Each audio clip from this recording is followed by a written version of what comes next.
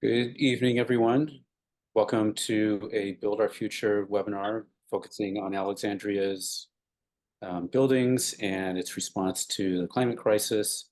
Thank you very much for joining us. My name is Scott Barstow. I'm one of the people that leads our little group here. I'm very happy to be joined by a couple of green building policy experts. I'm going to start off with just a few context slides, and then we'll quickly turn things over to them. If I can click the right buttons. Okay. So as everyone is experiencing right now, we're going through a heat wave. This slide, even though it's got some pretty colors on it, is actually pretty scary if you look into it a little bit. This is from the UN emissions gap report from 2023. And I'm not entirely sure if my mouse button is showing up on the screen, but even with drastic action now, we're heading towards significantly higher temperatures over the next few years. Alexandria's Energy and Climate Change Action Plan actually projects that our area will experience roughly twice as many days with the heat above 95 degrees as we're at right now, just by 2030, so within the next 6 years. And that's even with pretty aggressive action. So the climate action plan was, whoops, let me bring that back up. The Energy and Climate Action Plan was pretty clear about how that needed to happen. And one of the conclusions that it reached was that buildings were a very, very important part of the response that we needed.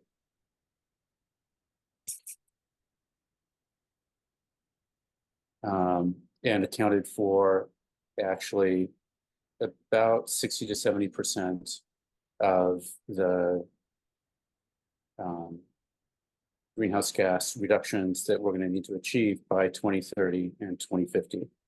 Alexandria's Energy and Climate Change Action Plan goal is to cut emissions in half relative to 2005 by 2030, and to reduce emissions by 80% or more, 80 to 100% by 2050. Let me try this one more time. Okay. Hopefully this will cooperate. So decarbonizing both new and existing buildings is going to be critical to achieving our greenhouse gas reduction goals. And the response in order to achieve the needed emissions reductions, the report projects that we need to have 95% of our new buildings starting next year as net zero ready buildings. And we also need to be taking aggressive action on other fronts as well. So the question is, how do we get there? Fortunately, we have some data on that from ASHRAE. I forget, I'm horrible at remembering all the acronyms or all the words that are embedded in that acronym, but ASHRAE released an advanced energy design guide for multifamily buildings recently.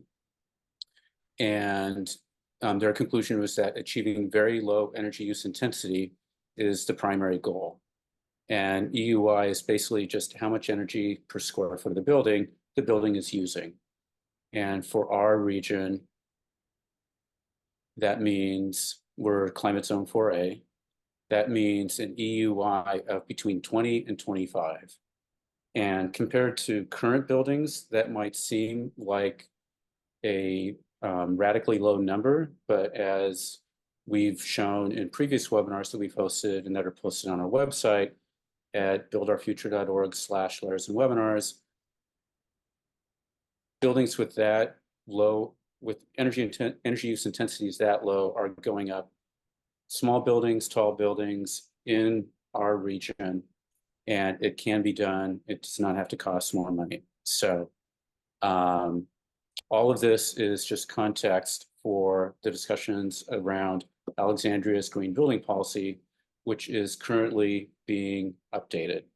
The green building policy was last updated back in 2019, the same year that City Council adopted a resolution declaring that Alexandria is facing a climate emergency. And since 2019, the evidence that we're in a climate emergency has only gotten clearer. And a strong conclusion of people that have been focusing on this and the Energy and Climate Action Plan, the people that were involved in developing that, is that greatly improving the energy efficiency of our buildings is critical to achieving our carbon reduction goals. So with that, I am going to turn things over to our panelists, starting with Theresa Backhus. Theresa is the director of the Building Innovation Hub in Washington, D.C., and has over 15 years of experience in designing, measuring, and improving the performance of buildings and communities in the DC region. Prior to joining, hang on a second. Theresa, can you stop sharing for a second? Sorry about that. I'm jumping the gun. It's quite all right. Theresa has many, many years of experience in focusing on buildings and communities in the DC region. Prior to joining the Institute for Market Transformation, Theresa worked as a consultant supporting building owners and developers and helping them navigate policy, code, and green building certifications from early design phases through construction. After Theresa, we'll hear from her colleague, Marshall Duer-Balkind, who is the Director of Policy Programs at IMT. Marshall is an international expert in policies and technologies to improve the energy and carbon performance of buildings. And before coming to IMT last year, he worked with the District of Columbia Department of Energy and Environment on its groundbreaking Clean Energy DC plan, as well as more than 30 cities and institutions across North America on decarbonization plans and policies. So now I'll turn it over to Theresa, and please go ahead and share your slides. Thank you. Thank you so much. Please let me know if you can see my slides now. Yes. Wonderful. Yes. Wonderful. Hi, everyone. Thank you so much for having us.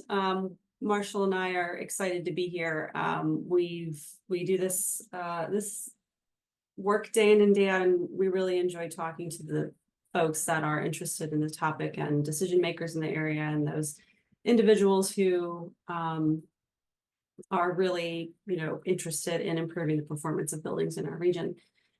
So as Scott said, I'm the director of the Building Innovation Hub. We've been around for officially, 3.5 years. We're a program of the Institute for Market Transformation.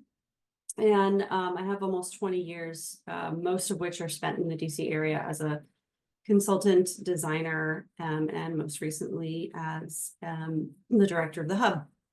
So I am, there we go, going to be talking today, spending a little bit of time just very briefly introducing the hub, because most people don't know who we are and why we're here talking to you today. But then I want to spend the bulk of our time presenting what we're seeing in this region. So my role is at the hub is to serve as a neutral third party. So it's our job at the hub to be in between the government and the private sector, help translate the requirements, help buildings and the private sector understand what they need to do, and then connect with the tools and the resources to do that. Even though we are a program of IMT, we try very hard to stay in the middle, to collect information, to listen to the industry and the private sector as to what they're struggling with, and then connect with the government to provide that feedback. So I'm going to be talking today about what we are seeing and what's possible in the region. And then we're going to kind of zoom out a bit, and Marshall's going to talk about what's happening in other areas, as well as some broader concepts that are very pertinent to this, to the city of Alexandria. And then we're going to zoom in even further to talk about what is possible within the city. And I will say we have a lot of slides, and not a lot of time. So we're going to go really quickly, but save a decent amount of time, 20, 30 minutes at the end for questions. So anything you see now that I might be glossing over too much, or anything you'd like to us to explain in more detail, we can certainly do so during that Q&A. Really quickly, I want to show you a little bit about what the hub does. So we provide, we really go where the need is. We base all of our services on needs assessment of the industry. We have a very wide stakeholder group. We provide a lot of one-on-one support. We provide a lot of resources about how to navigate the codes in the region and what that means for specific situations and specific buildings. We provide a lot of what I call static and dynamic resources, in that we have static resources like sample scopes of work, how to improve the procurement process, how to embed social considerations in the private sector procurement process. And then we have more dynamic services like our find a vendor system, where we connect buildings with qualified vendors to do the work. So we really go anywhere and everywhere that we can and do what we need to do to respond to the needs of the industry. I want to set the stage a little bit, because we talk a lot about energy efficient buildings. We talk a lot about low carbon decarbonization, but what does that really mean? Well, to the hub and to us, that means it's a high performance building. So that's energy efficiency. It's also low carbon, and it also has to make good financial sense. And so, you know, we believe that by and large, a lot of the buildings in our area are trying to, you know, improve their buildings, become and want to be a high performance building. The motivations obviously vary, but the end goal here is a built environment that reduces emissions and is a safer and healthier place for everyone. So let's get into the lay of the land regionally. I'm going to start with DC. So a few neighboring jurisdictions. I'll be presenting for each location, each of the three examples. I'll be presenting the current emissions breakdown just for context, the targets that each jurisdiction has set for itself, and then the specific actions that they're taking now and in the future. So this is the emissions breakdown here in DC, 70%, or I should say there in DC. I'm currently in Virginia. I live in Virginia. So I am a lot closer to the city than I am to City of Alexandria than I am to DC. But in DC, the current emissions breakdown is as follows. You can see by and large buildings account for the vast majority of emissions. So what are the district's targets? DC wants to reduce energy use by 60% by 2030 and be carbon neutral by 2045. They also have a goal of 100% of their electricity supply coming from renewable energy by 2032. So there's a couple of plans that kind of govern the direction and the actions that are happening in the building industry in DC. One of those is Sustainable DC, and the other is Clean Energy DC, which is the how they're doing that. It was originally published in 2018, but it has gone through an update. So Clean Energy DC plan, you can see here, it really focuses on the overall impact of a building on emissions, particularly the combination of operational and embodied carbon. It calls for codes that require zero emissions and net zero energy for all new buildings. So that includes government-owned and private-owned. It calls for standards for existing buildings that align with their codes. And it also calls for incentives, funding, and technical assistance to help the building owners meet those requirements. What are some of the actions that the District of Columbia is taking? So talking about building codes first, the current code is the 2017 Energy Conservation Code. There is a portion of this code called Appendix Z. You may have heard about it, but it is essentially a net zero energy compliance pathway, and it's for commercial properties.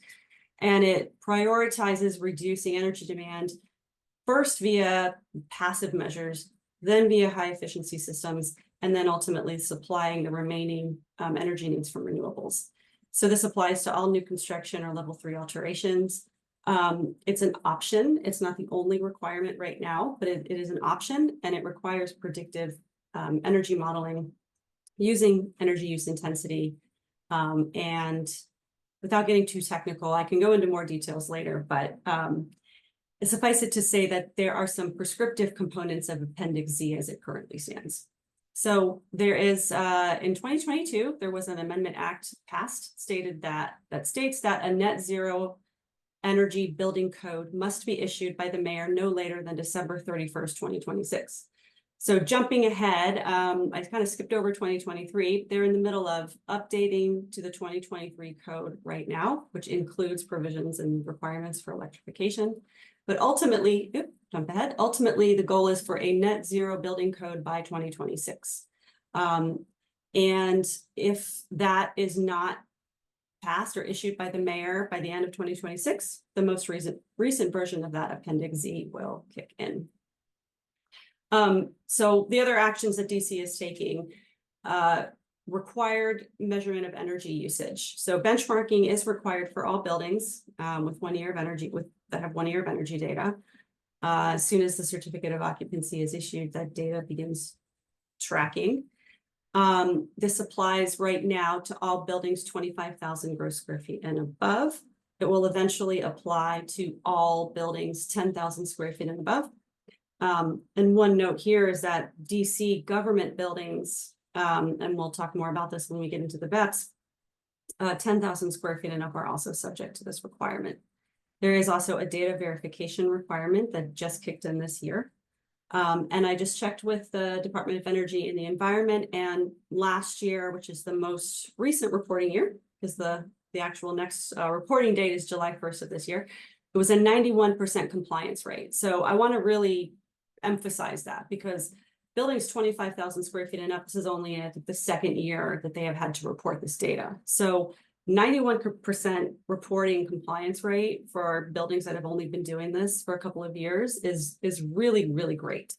And the hub, my team is now working with the smallest buildings, 10,000 square feet and up, to set up their Energy Star portfolio manager accounts and really prime them for success with this regulation so that those compliance rates stay high.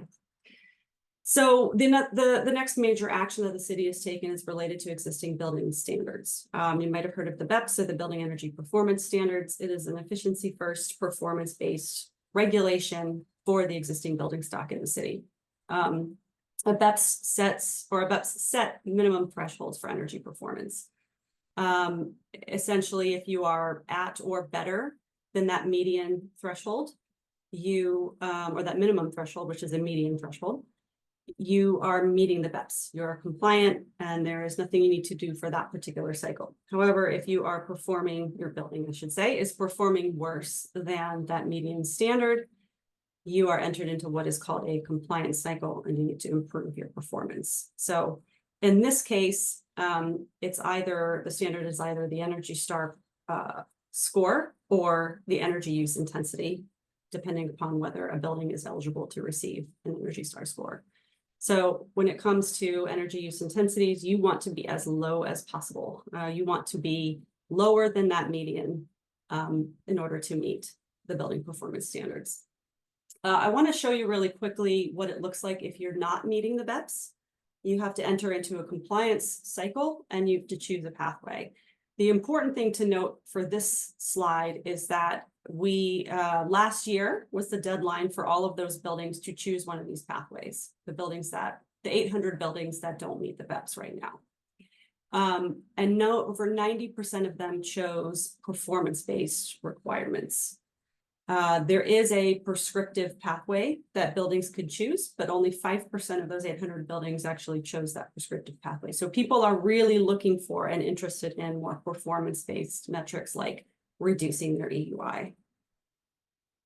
So who does benchmarking and BEPS apply to? We already talked about benchmarking, and BEPS and benchmarking follow similar threshold-based timelines as they currently stand. Buildings 50,000 square feet and up have been benchmarking since 2013. Buildings 25,000 square feet and up started benchmarking in 2021. And then buildings 10,000 square feet and up will begin benchmarking, are benchmarking right now, and will be reporting for the first time next year. The BEPS started for these larger buildings January 1st of 2021, and that cycle ends at the end of 2026. And then a new cycle starts all over again on January 1st, 2027, and then again on January 1st, 2033.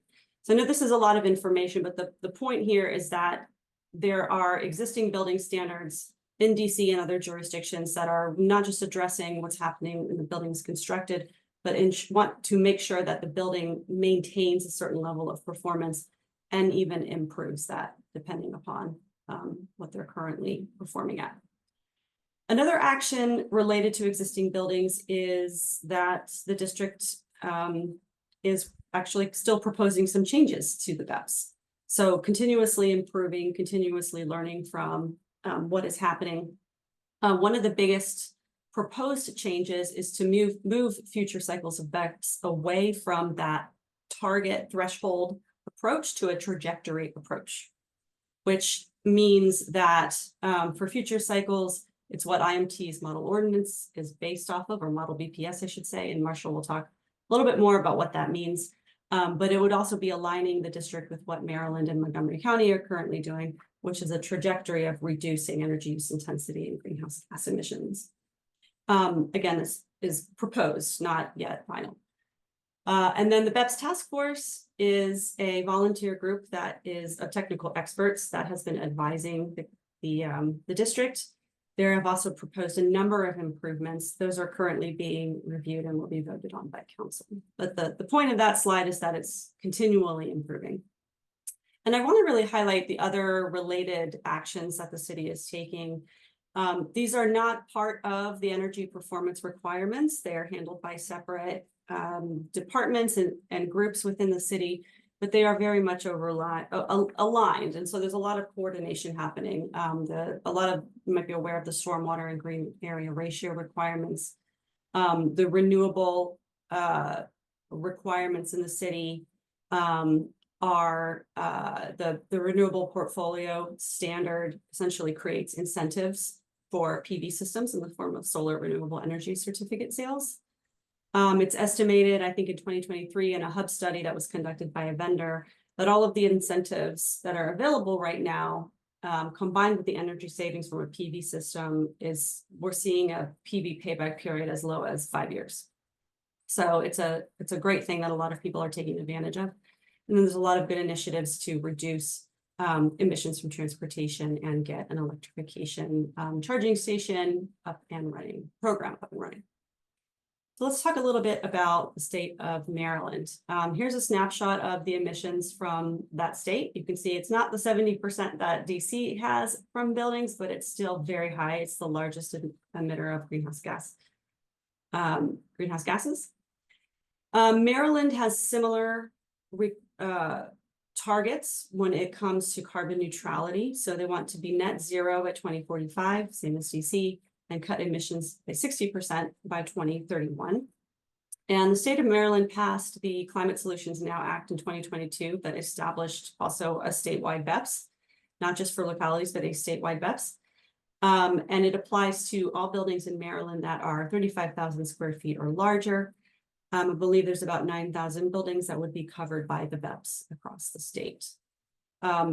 As I mentioned, Maryland uses an emissions-based trajectory approach, so that's different than DC. DC uses the size-based timeline right now. Buildings essentially need to be reducing emissions by certain percentages by certain dates. And I can go into that more later, but in the interest of time, I'll keep moving. There is also a site energy use intensity target requirements that buildings will need to meet. Along that same timeline, there exists some interim standards. So the Maryland BEPS would basically be requiring a reduction in site EUI by 1/3 for each of those interim periods. So performance-based approaches, EUI-based approaches. Now, for Montgomery County, it's very similar. Again, buildings are the largest share of emissions, no surprise there. A climate emergency was declared in December 2017, and they set emissions reduction goals of 80% by 2027, and then 100% by 2035. So again, very, very ambitious. Here is some of the actions they're taking when it comes to building codes. Right now, their 2021 building codes focus on electric-ready buildings. And there is a requirement that the building codes, that there be net zero building codes by the 2030 code cycle. So in DC, it's 2026, in Montgomery County, it's 2030. And then all electric buildings in the meantime by December 31st, 2026. Now, there's a number of incentives that the state is, or I'm sorry, that the county is working on, including commercial PACE financing and then energy efficient building property tax for newly constructed buildings to support the industry with these requirements. Some actions they're taking in terms of measuring energy use, very similar to DC. They have been requiring benchmarking since 2014. It's for all buildings 25,000 square feet and larger. Data verification has always been required. And their compliance rate is somewhere around 75% right now. So still really, really good. A lot of buildings are submitting on time. One thing to note is the compliance rate for multifamily building is a bit lower than that, but not substantially lower. So when it comes to existing building standards, the action that Montgomery County is taking is very similar to the state. Montgomery County passed their BEPS prior to the state of Maryland, so there's a lot of coordination happening amongst the local and state level. There is also, it's also the trajectory approach, as I talked about before. And I won't get into too much more details because I would be repeating myself, but some of the jurisdictions I haven't talked about in Maryland are Prince George's County and Annapolis.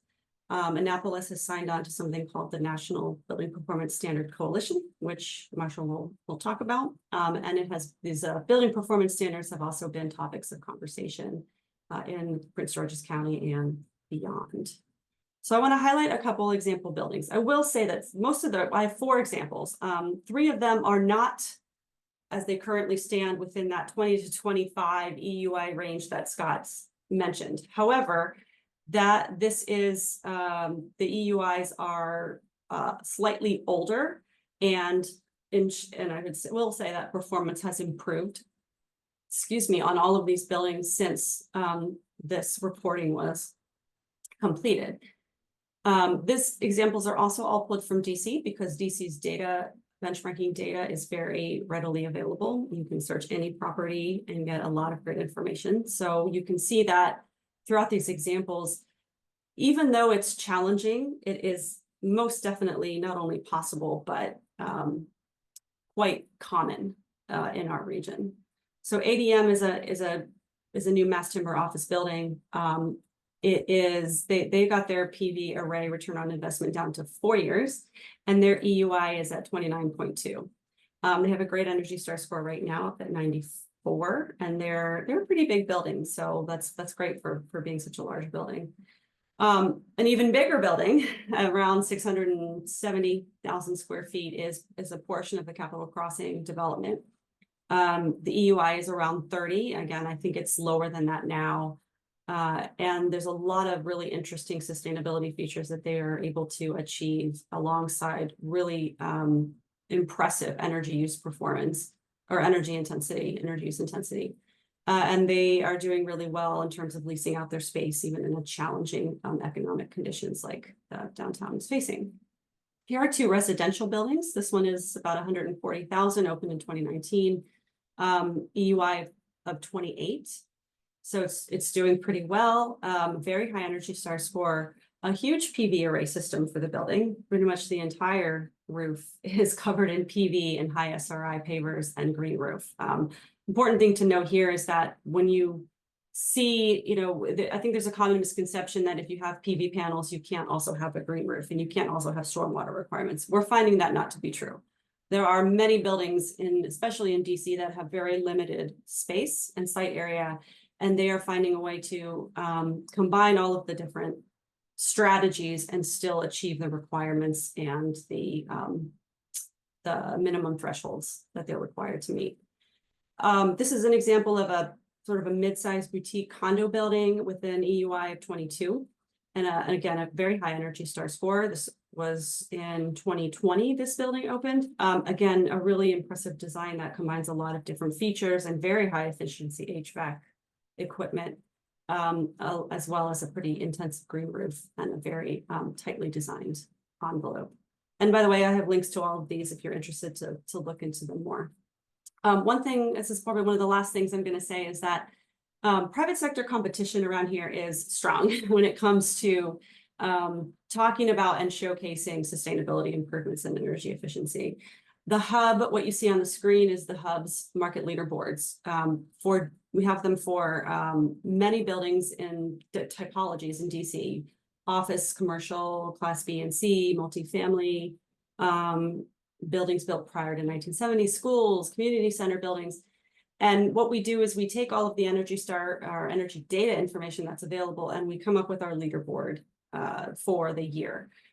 We found that these projects, these buildings are very interested in this. They're very interested in sort of competing to have the higher energy performance and more energy efficient buildings.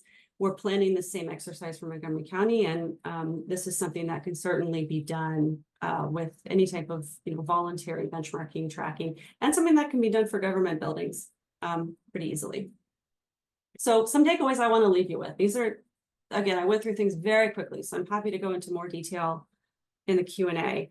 But what we are seeing in the hub is a demand for performance-based requirements. So getting away from a list of prescriptive measures and moving towards a goal-based requirement. So a target that people need to meet. How they get there is up to them. That allows flexibility, and people really like flexibility.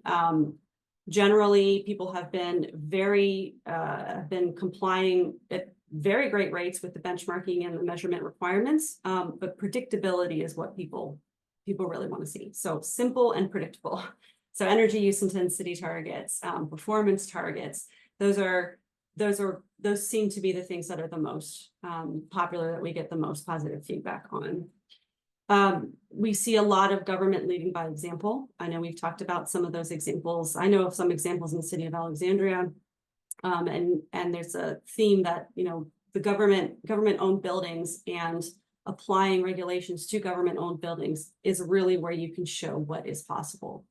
There's been a reframing, I would say, especially over the last 1 to 2 years, about certain energy requirements as constraints being reframed as opportunities. We always hear, we've always heard, and we always do hear now, and I would bet that we always will hear, that cost is an issue. But we're seeing that these things are still very much possible. People are doing them. People are seeing them taking advantage of, different opportunities in their capital improvement cycles, for renovations, taking advantage of tenant turnover for renovations, taking advantage of, different points in the development process to really lean into some of these energy efficiency measures. And people are asking for it. Tenants are asking for it. Residents are asking for it. So more and more, these issues that have been seen as constraints are now being seen as opportunities. High performance buildings is a market differentiator. I think I covered that a little bit with our market leaderboards. There's a lot of competition, not just for bragging rights and not just for marketability, but for tenants. And then there is a huge opportunity to act now, not just because of all of the federal incentives that are happening, that are available right now, but because there's a lot of local leadership, and there's a lot of free lessons that can be learned and applied. And I think, that the flip side of that is there is a very real chance that, buildings and jurisdictions will be left behind because if there's not a, quick action. So with that, I'll stop. I think I went over my time, but I hope that was helpful. This is my email address. This is our website, and I will stop sharing now. Turn it over to Marshall, and then we will have time for Q&A. Thank you.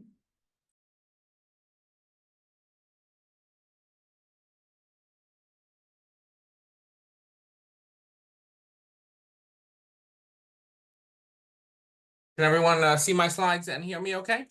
Yes. All right, cool. Slight delay. So I'm going to try to go quickly here because there was a lot I was going to cover, and maybe there's going to be have to be a part 2 or something. But I wanted to try to step back a little bit and talk about what are Alexandria's opportunities for building decarbonization policy. We've seen a lot of what's going on elsewhere in Virginia. Obviously, there's always a lot of talk about Dillon rule and constraints, but there are a lot of opportunities for Alexandria, and I myself worked on some of them, so excited to be talking about that. Theresa talked a little bit about the Institute for Market Transformation as part of, and the hub being a project of it. Overall, I'm the director of policy programs at IMT. Our mission is to catalyze widespread and sustained demand for high performance buildings that lower greenhouse gas emissions and support people's physical, social, and economic well-being. So why buildings? Well, I think that's been covered pretty well. The key thing I would sort of emphasize is the buildings responsible for 40% of all greenhouse gas emissions, and that the current most buildings that exist today will still exist, and it is currently the most cost-effective thing and most future-proof thing is to be building efficient all-electric buildings now instead of building traditional buildings and then just needing to come back and deal with them later, which is much more expensive.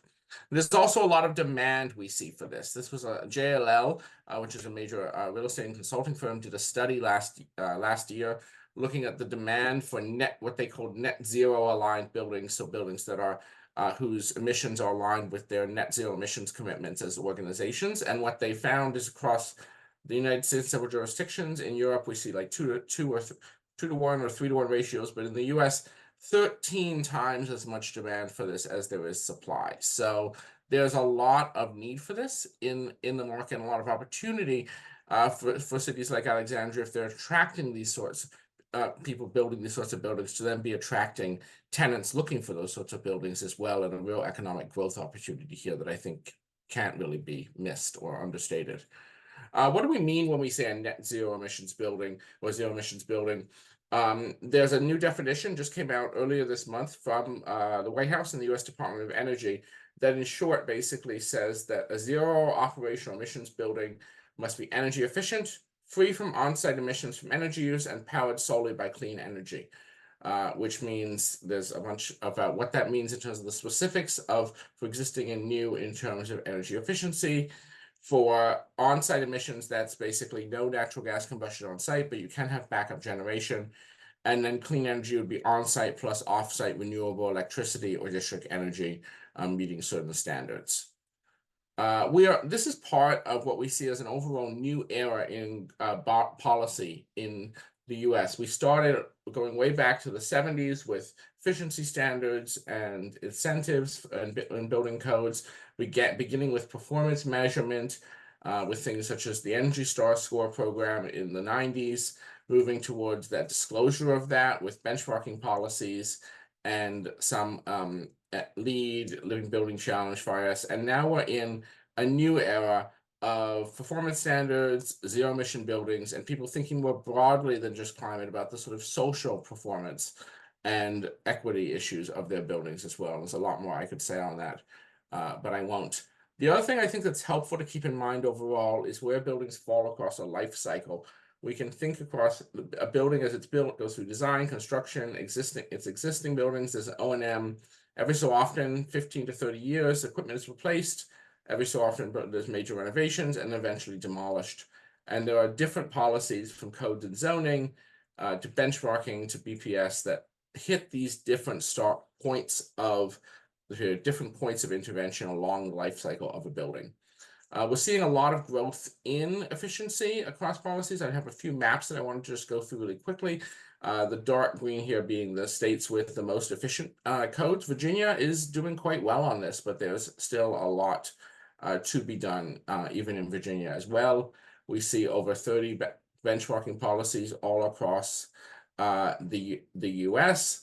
And then, as Theresa mentioned, talking about MoCo, Maryland, and DC, but there are 13 building performance standards in the US and over 40 jurisdictions that have committed to doing so over the next few years.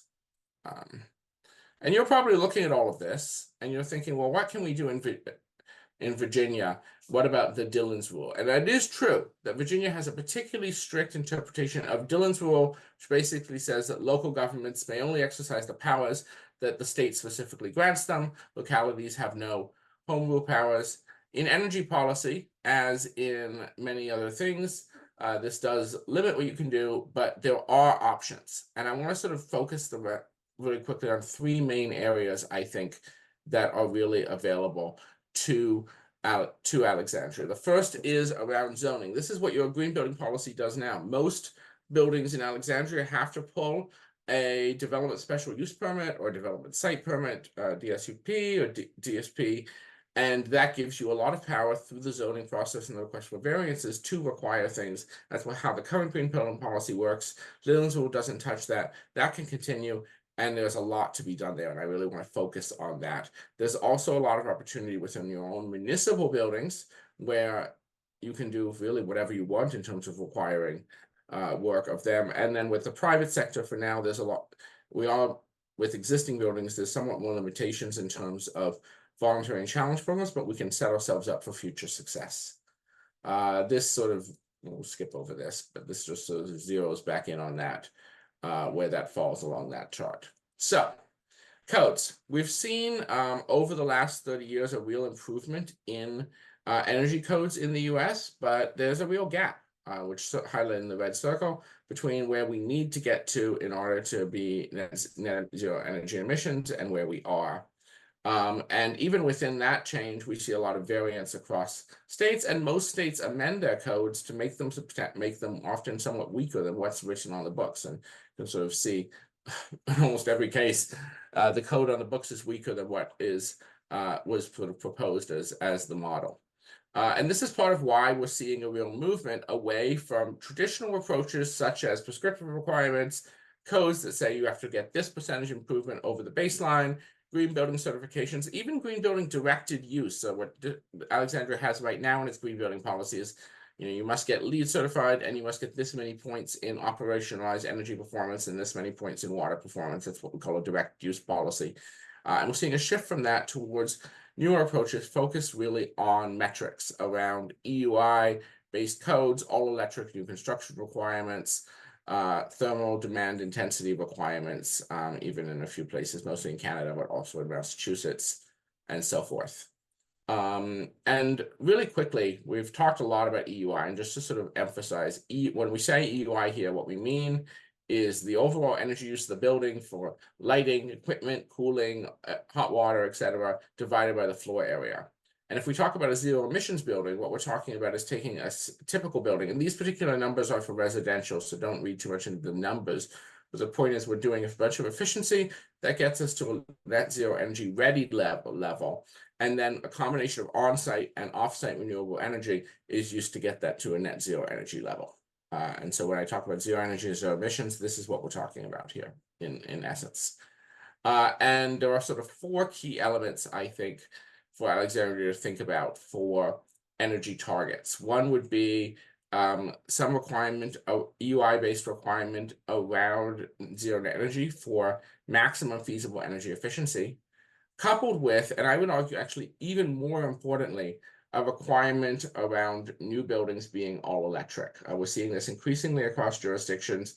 At the point of new construction, it is always more cost effective in today's market, almost always, especially in the Virginia climate zone, to build an all-electric new building, certainly more than going back and changing it later. So if we want to support our buildings, support our businesses in being future-proofed against climate risks, then requiring them to be all-electric from the start is just smart policy, putting aside backup power, which is backup generation, for which there's still a place for combustion, and then requiring some mix of on-site and off-site renewables. The LEED and the DOE requirements around zero emission buildings put in place standards for off-site. So in addition to requiring certain amounts of on-site emission renewables, you could also require the long-term purchase of off-site renewable electricity as well. And then the final thing here is flexibility, especially with less common uses. I mean, fixed EUIs are a good place to start, but there's going to always need to be some flexibility in that, and building that in, I think, is going to be critical for success. And as a bonus, you could also even require what we're starting to see, especially up in Canada with some jurisdictions that like Alexandria can't actually regulate a lot on the existing building side. They say, okay, you build a new building and you have to start benchmarking and continuing to report that benchmarking data for the new construction so you can see if the building is actually performing as it was designed to. And I will say very few buildings perform as designed, which is, there's a lot we could say about that and why that is, which I'd be happy to talk about, but I will not do that for now.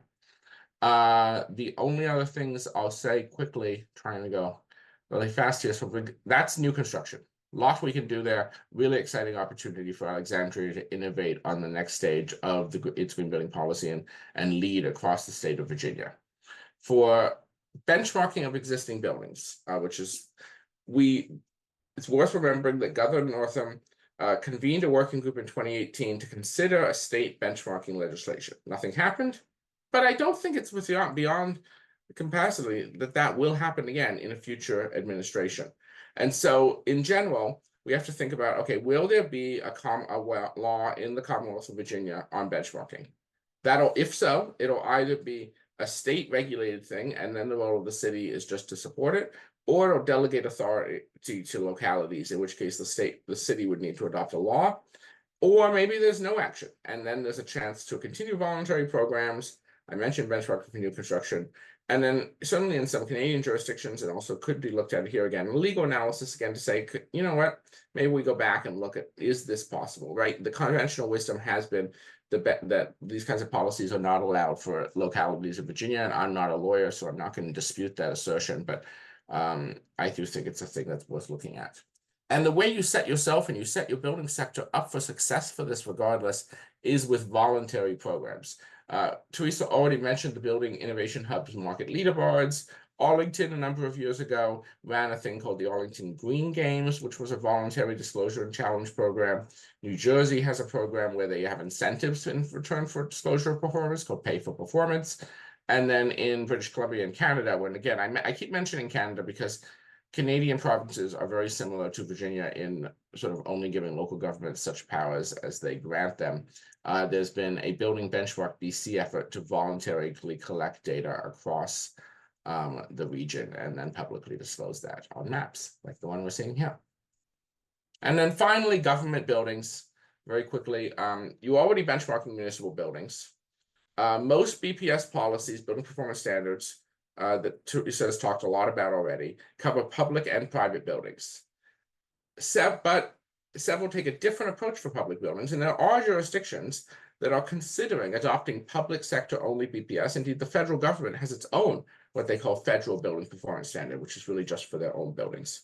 So creating a municipal building performance standard that could be expanded to private buildings at a later date if the Commonwealth grants that authority is also something that I think could be a really exciting opportunity to explore. We can talk about sort of what defines a BPS in more detail if people have questions about it, but these are basically outcome-based specific deadline policies. The key thing to highlight about this is that, as Theresa said and showed, in Maryland, Montgomery County, and DC, they're saying, okay, what's the median performance and how does you compare? How would you do that for your own public buildings? Well, that would be a challenge. And that's where you'd want to look instead at some national standard. ASHRAE 100 is probably your best bet there, that gives you EUI targets and standard operations and maintenance best practices that could be set out for public buildings and used as a reference point there. And happy to talk more about that if folks have questions as well. But I will, in the interest of time, adjourn there and take questions. Thank you both very, very much. There is so much great information that you've shared. Marshall, could you stop sharing your slides so we could go back Yes. to the gallery view? And I will switch to that. Thank you very much. So at this point, I'd like to turn things over to my colleagues, David Peabody and Stephen Koenig, and let them start moderating the Q&A. We've already got several. One of them, I'll start things off while they're turning their cameras on. One of them is that I'm sure developers push back on net zero. What have been some of the good responses or effective responses to those who said that they couldn't build net zero and be financially sound? Yeah, I'll start, Marshall. Yeah, please go ahead. Please chime in. The discussions are happening right now in the District of Columbia, especially around the 2026 code. So we are part of the committees that are meeting with the private sector regularly every other week to talk about what that will look like. Now, the city passed a law in 2022 requiring that the direction go towards net zero. And so, you know, there's people have known about this for some time. And I think a big part of why it's moving forward and I think will be successful is because of close collaboration with the private sector building developers. A lot of committee discussions, and really, you know, the city put its foot down and said, this is what we need to do to achieve, you know, our climate commitments. And this is what we need to do to, you know, to really reduce our emissions and have a healthier environment for everyone. And, you know, really there was a lot of facilitated conversations and really everyone realized we're actually all working towards the same goals. We all want better buildings. We all want healthier buildings. We all want a healthier environment. And so, you know, there was a lot of, I think there's recognition from the development community that, yeah, we understand that this is important. And, you know, now let's work together on the specifics of this to make sure that there are the incentives that we need to do this, to make sure that, you know, we are prepared when this goes into effect. So I don't know if that quite answers your question, but there was there's a bit of carrot and a bit of stick and a lot of clarity from the regulators. Marshall, The only thing I would add to that is that when it comes to new construction, the cost of going all electric is, in this climate zone at least, is very minimal to none. And in fact, if you don't have any gas hookup, you have actual some real cost savings in not needing to connect to the gas line and all of that.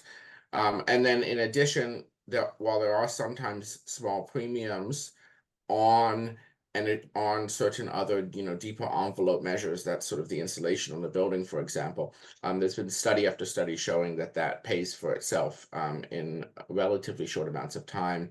I don't have a bunch of studies that I could cite to right at this second, but certainly that's a thing we could, you know, that you could look for, that we could provide as well. And I think that, you know, we're seeing also, you know, it's, what are you comparing to? You're comparing to other costs in the region, and we're going to see other jurisdictions going the same way. And so actually aligning your policies with that is going to make it actually easier for building owners, for developers to deliver cost-effective buildings.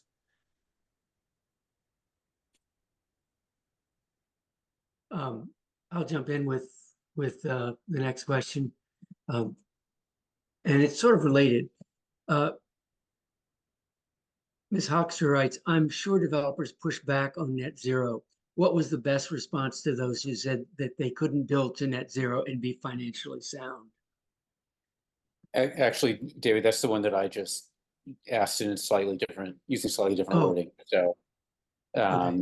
if there's another one that jumps out at you, Stephen, if you had one that you were about to ask. Yeah, thanks, Scott. Just actually a follow-up to the net zero observation while we're thinking about it. Alexandria's green building policy currently requires new civic buildings to achieve net zero energy performance. And 2 new public schools have been designed and built to that standard.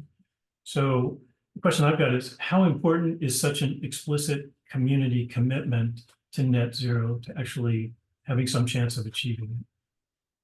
I think it's extremely important. I think leadership by example is key for helping show that the government is walking the walk and not just talking the talk, in terms of being able to have certain expectations of the private sector.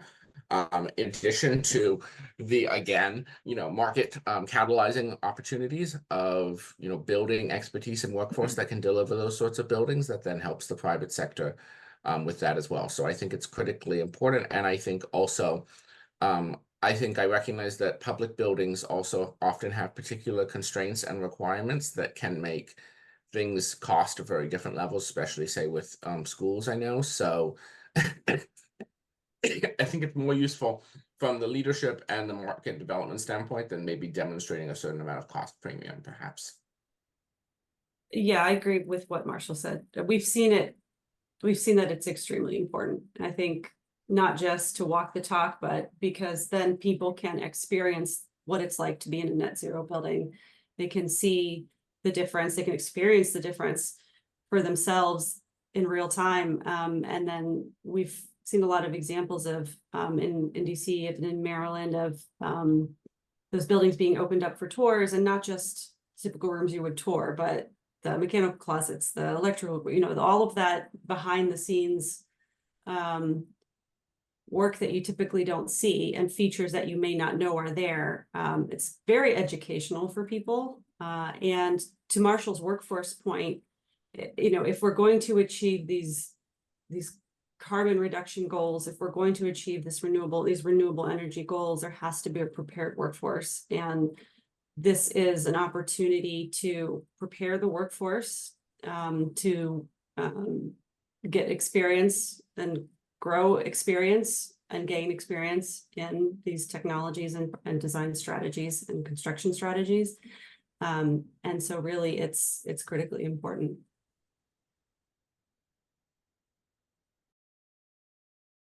I'll jump in if there's no one that is at the tip of your tongue, Stephen or David. Another question that just came in is, what are the factors that help shorten the return on investment period with energy efficiency investments in these buildings?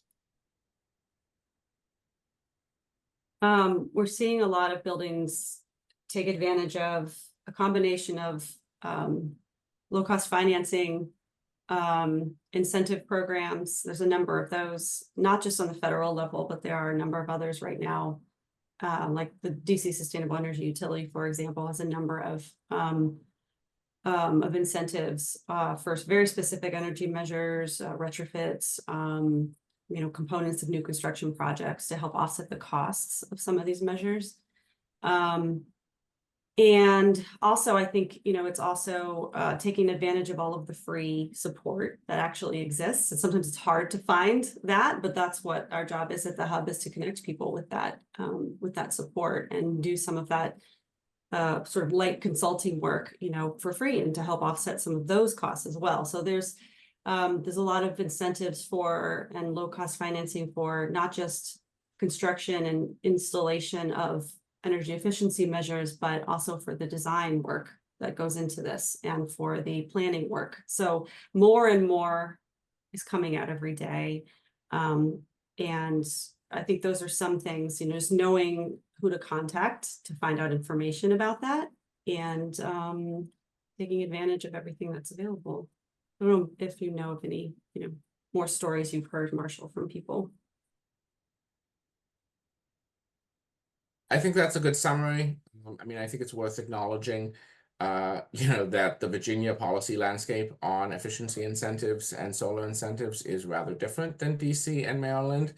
And that, I think, is just an opportunity to recognize that there's an opportunity for local leadership and advocacy, and also an opportunity for, not taking the policies of the state as fixed, but as something that the city itself can be advocating for change about. The other thing I would say, there was a second thing I was going to say on this, and now I've forgotten what it was, so maybe it'll come back to me later if there's another question. Just one little piece of that. Are you including all the incentives that are coming with the Inflation Reduction Act in these incentives that you're discussing that are available, or? I don't think any of the ones that Theresa mentioned captured fully what's coming down the pike. So I think there's huge opportunities coming down the pike that's going to require the state, actually going after to make sure that they're getting those incentives and able to pass that on in terms of the home and the building efficiency rebates. But certainly there's, a real flood of opportunity there. And I think the green banks that are being set up under the Greenhouse Gas Reduction Fund, I think also will provide another opportunity for low-cost financing that I think could be really, really helpful. There's another question here. Theresa mentioned workforce. Is there an assessment of the adequacy? Of the adequacy of the current work? Have I missed this one too, Scott? No, that's a great question. That one just Yeah. came in. And yeah, it's a great question. There are some studies that exist. An national organization called Emerald Cities Collaborative conducted some local studies that pertain to this region, but they've also conducted larger studies nationally and in other markets as well about what the current gap is, the supply versus demand, or demand versus supply for this work. Demand being building owners and projects, and supply being workers and qualified that are trained to do this work, not just design, but installation and maintenance of this work. And there is a gap, but there is also a huge opportunity and job opportunity, possibility to create new jobs through all of these regulations and recommendations of high performance buildings. I mean, and there are, back to the federal incentives, there is a lot of emphasis on workforce development in the Inflation Reduction Act, the bipartisan infrastructure law. And we are a part of a lot of projects that have that component to it. So we're seeing a lot more of that now. There's a recognition that there is a need. But then if you want any specific studies on that, I'm happy to, just point you in the direction of some of the ones that we're aware of. Yes. For the city government folks, it's also worth pointing out on the federal funding standpoint that this is not a, the Alexandria does not need to be a passive party here. Certain funding is only available to states, but a lot of funding opportunities are available to the cities to go after as well. And at IMT, I've helped to dozen plus jurisdictions pursuing federal funding opportunities, advising on that, and that's certainly something we're not talking to be paid for that. We're just here to help, and I think there's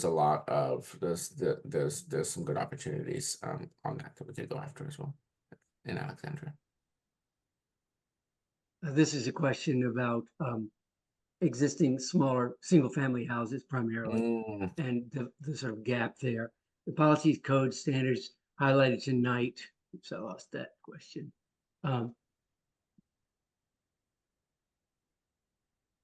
I think deal with large buildings primarily. Alexandria has a substantial single-unit duplex townhouse inventory and ongoing demand for such. What share of emissions are they responsible for? Is it important to have more stringent guidelines for these? I do not know what share of the emissions they are in the city, but I can find out. I was reading the Council of Governments report on emissions, and there was a rough breakdown in there, but I can get you more specific numbers. I don't know if Scott, Stephen, or David, you're aware of the actual breakdown of low rise and single family versus commercial multifamily. Stephen might be. I've been curious about that myself for a while, but I do not have any numbers that I'm aware of that I've seen. Yeah, I've seen the numbers, but I can't call it to mind. Don't have it at my fingertips. But clearly, the smaller scale buildings and the existing buildings, as we know, gigantic proportion of the problem that we face, and most of what we talk about in the green building policy tends to focus on, as the questioner asked, larger buildings and new development. That's the piece that we can directly get at for the most part with the green building policy, but it's a huge question for all of us about how we do get to that gigantic mass of smaller buildings and existing buildings.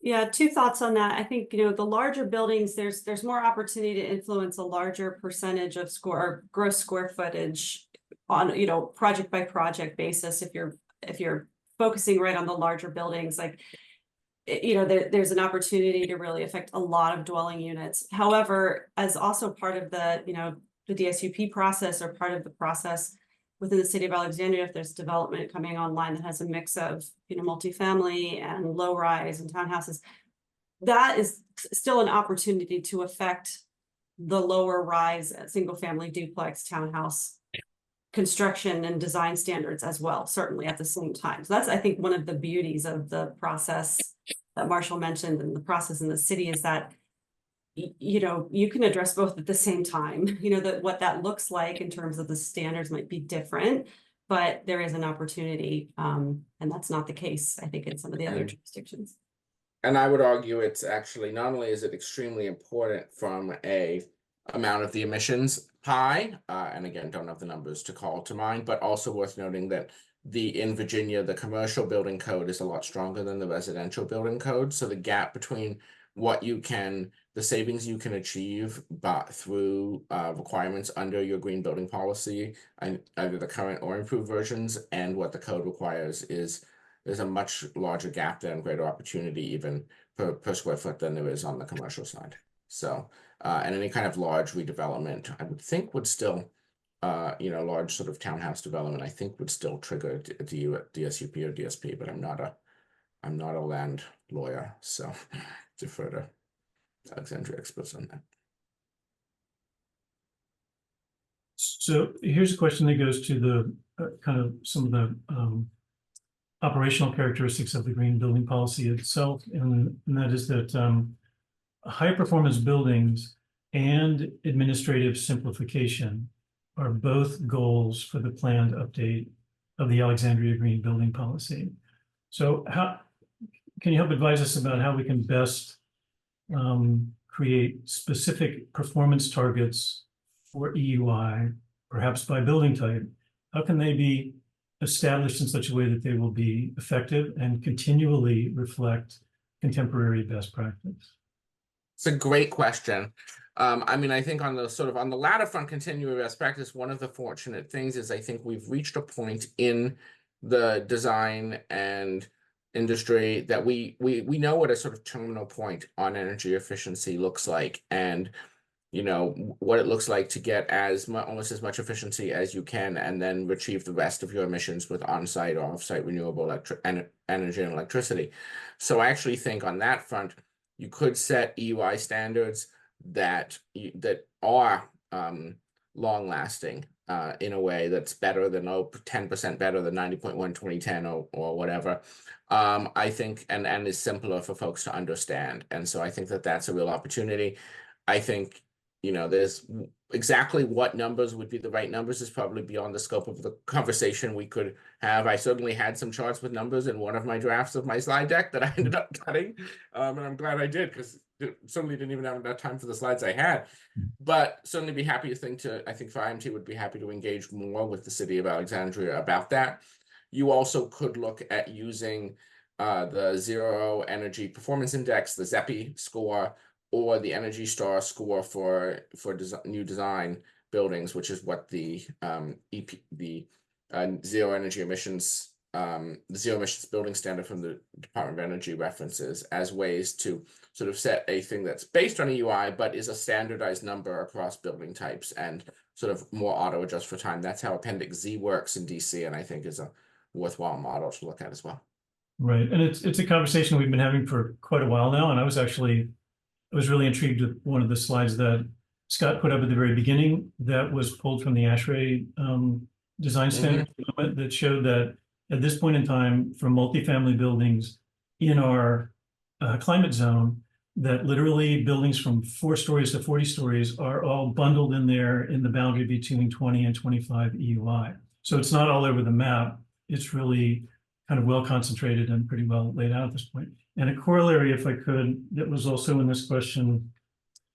So if we're trying to get EUI to be a functional and actually a powerful metric in the update to the policy, could an approval process, this goes to the simplification aspect of the question, could an approval process built upon review of designs that are grounded in energy modeling be a viable alternative to third-party certification requirements?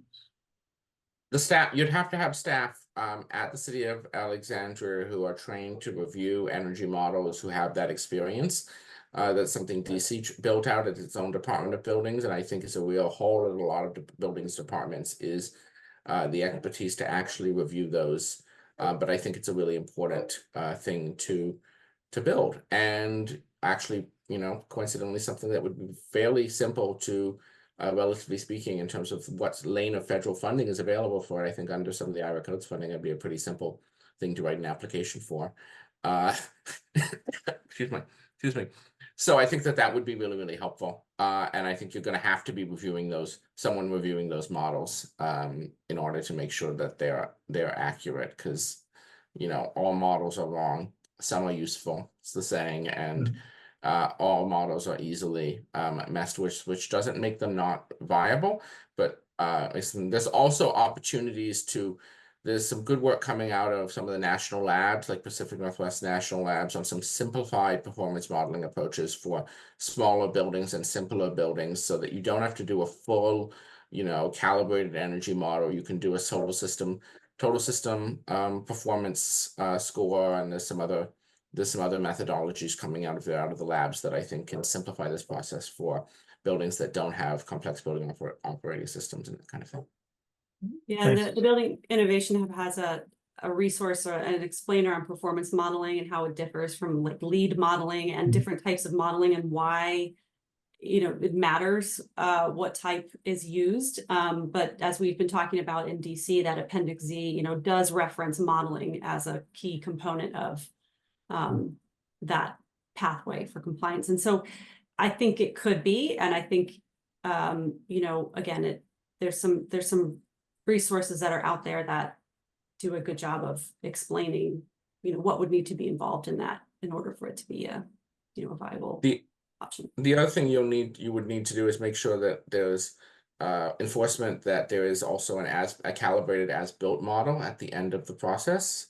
So you're not just looking at what the initial design was, but was the building built to that design, and what's the EUI of the building as built and as calibrated? Is it actually going to perform as designed? Because the gap there can be substantial, and it's a really important, that's going to be a critical element to be checking. Right. Well, thank you, because I think that issue of we've talked a lot. It's threaded through your all's information as well, but this question of how do we effectively actually get to performance-based process, especially when we get into the administration and the review end of it. And I think as we've looked at it, it seems clear that the modeling is critical for it to be credible, with all the caveats that you all have mentioned about. And I wasn't aware of the idea of potentially getting simplified models is great, because this piece of it is also trying to be a true element of simplification, which is another thing that we talk about all the time and virtually never achieve. So if we are going to go to performance-based things and build additional tools that allow us to use them, then we have to find some way to strike off some of the busy work that's associated with checklist manipulations and kind of compliance busy work, which might be not the most diplomatic way to put it. But thank you for that information. And I'll add, I don't know where the question is. I'll put the link. There we go. I'll put in the Q&A, I'll put a link that Marshall just added to the presenter chat. Yeah, we can't chat everyone, I don't think. So in the Q&A, I just added that link to the PNNL ratio modeling approach. Excellent. I see it. Thank you. And then the second one is, I'll add that one as well. I'll go ahead and try and post those to everyone in the chat. Steve, David, do you want to continue on with some of the more recent questions that just came in?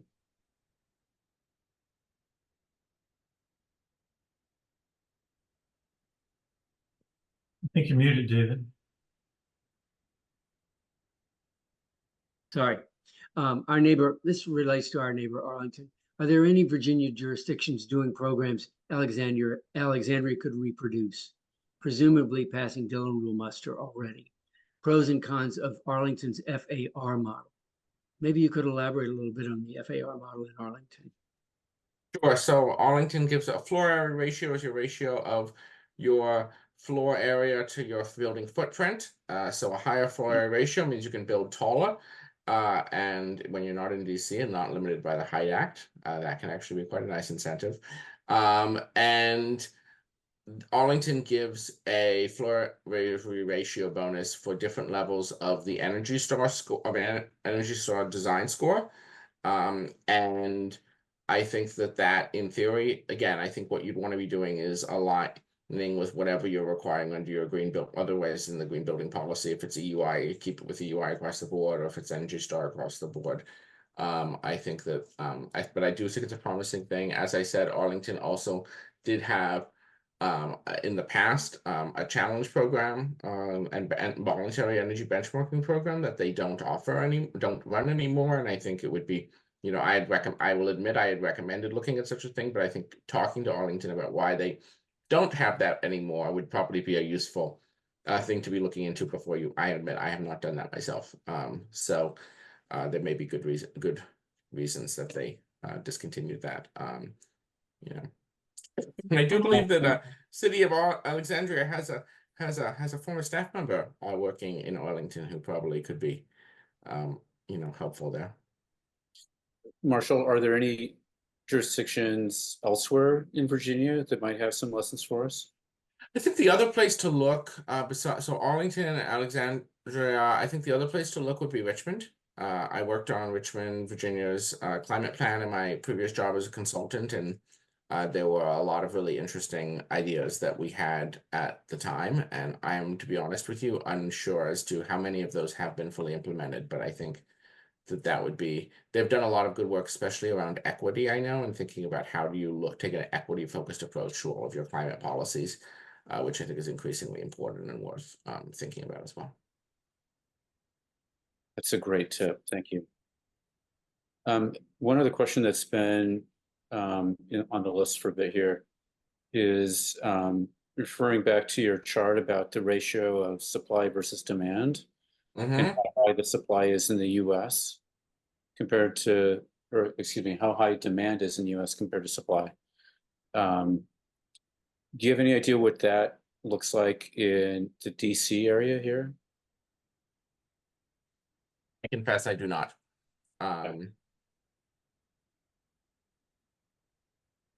That was a very, very surprising and telling statistic. So, I mean, if it's even halfway representative of our community. I think it would be. I mean, I think we see DC area has more high performing buildings than many other places. But you know, I think that, you know, there's opportunity everywhere. I don't know what the statistics are in DC. And that was again talking about sort of net. We can find out. Yeah, we can find it. Yeah, probably. We'll make that a homework assignment for ourselves to find that information. Thank you. Or attempt to. So Scott, I have a question that's not in the chat because it was just delivered to me personally in real time. That goes to the our whole endeavor of kind of generating renewable energy on site, which we haven't talked about a lot tonight, but I had referenced that we have a couple of schools that have been designed to a net zero standard, but are not actually operational because their renewable energy systems are not installed. And there is a kind of I'm not quite sure what the right, a stopping of process in the relationship with Dominion Energy about connection fees. So let's lead into what kind of guidance can you give us, hopefully that's specific to Virginia and Dominion Energy, about how we navigate some of these issues related to the approach that the utility takes and the particulars of the details of actually getting these higher performing buildings onto the grid in the productive way that they have the capability of being. Go to Richmond and change the rules and. Yeah, I mean, in the short term, I mean, Dominion is a challenge. There's no way around that. I think we could substitute, you know, most electric companies in the US, and you would, to one extent or another, find that. I mean, certainly Pepco is far from a leader in interconnection times. I think it might be even worse than Dominion. So that is a challenge, and I think public attention to the issue and advocacy around it is something I know we've also had some other jurisdictions have had success starting to intervene in rate cases before. In your case, it would be I think it's the consumer, what is it, the State Corporations Board, but the Public Service Commission equivalent, and we've seen some cities become interveners in rate cases there as an attempt to sort of move things and raise complaints. And I think that's definitely something that that does require some commitment of staff resources, but is something that's worth doing. We do have an expert at IMT on utility policy who's not here tonight, but we could certainly connect her with someone if they wanted to talk further about that. Theresa, I don't know if you have any other Dominion specific experience. No, I was going to suggest that colleague of ours. She would be great to talk to.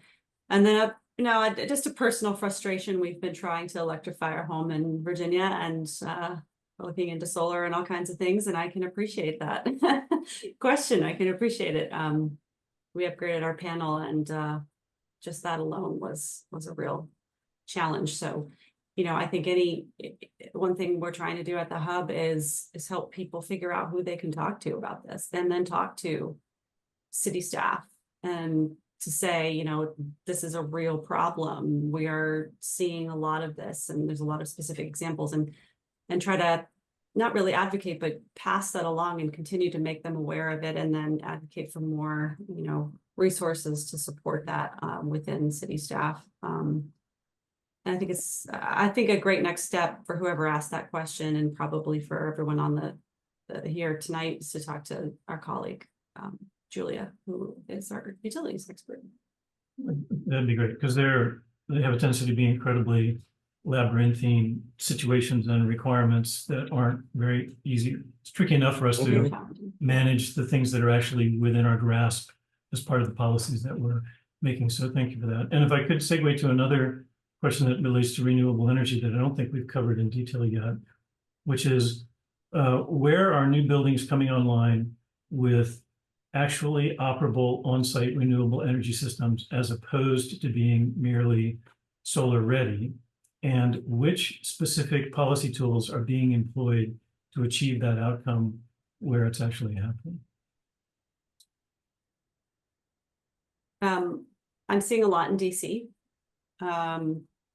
because of the incentive structure, mostly or partially, that exists. I think Marshall may have mentioned this, and it's certainly different than Virginia, but we are seeing a lot in DC. The payback period, because I mentioned, is as low as 5 years right now, but it's partially because of the SREC market that's around in DC. And I don't know, Marshall, about other cities and around the country, but what are you seeing in terms of operational and online versus? I think there's sort of three factors. One, do you have a code or a building policy that actually requires some sort of operable renewable energy, which is going to light a fire under the proverbial behinds?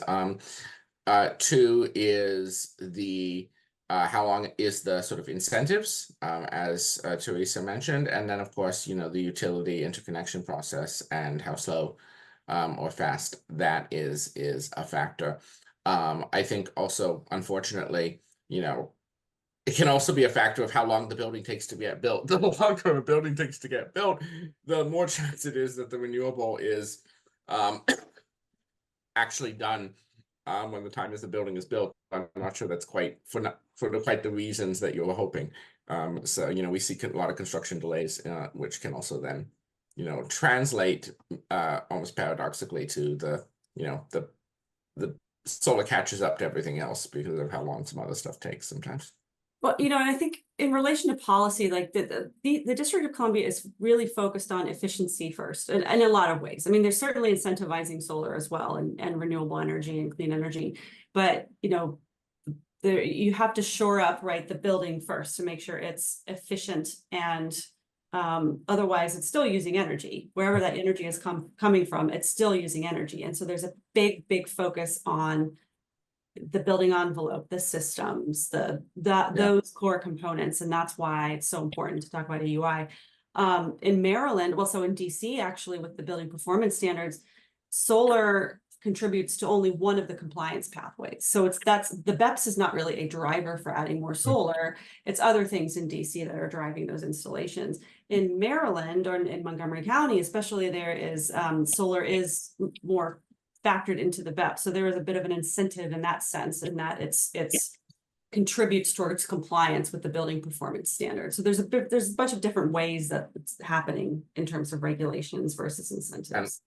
I would put, from a design standpoint and the city overseeing construction, I would look to see buildings being built, not just solar ready, but being built with solar, and not worry quite so much about is that solar connected, interconnected, and operating on day one? Because that, as we've talked about, there's a lot of other factors there well outside your control, such as the utility company. And but there's a world of difference between a system that's built and ready and just waiting for the utility to get off its behind and connect to it. Then there's some nice panels and conduits, but there's no solar system at all. Those are night and day. Right. Indeed. And I think that that question of how to, you made reference early on to, is there a policy that requires it? Because right now in our DSUP process, it's literally specific to solar ready, which effectively is you show that your building has a flat roof. You may dot in a little bit of area on the roof where you don't have your compressor farm and say that at some future date, you're going to install a system. It's not designed, we don't have any sense of the capacity. And I happen to be on the planning commission, the 10 years that I've been voting on development projects, a good portion of that time when the solar ready has been,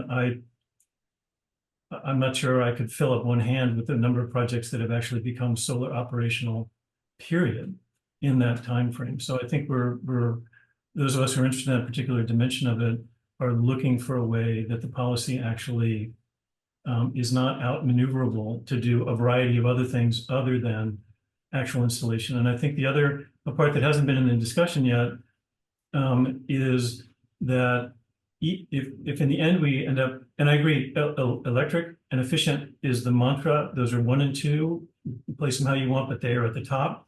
And if there's flexibility about implementation of solar, that's where the flexibility could happen. But if we end up with a world where we're providing, even with the new standards, even with ASHRAE 228 and the new DOE national definition, if we end up with everybody solving it with 100%, even the cleanest energy offsite, we're making new buildings that are not the resilient buildings they need to be, because when they go off grid or we get the extreme weather event, the building goes down just like any other project. And I think that's why some of us are thinking about the fact that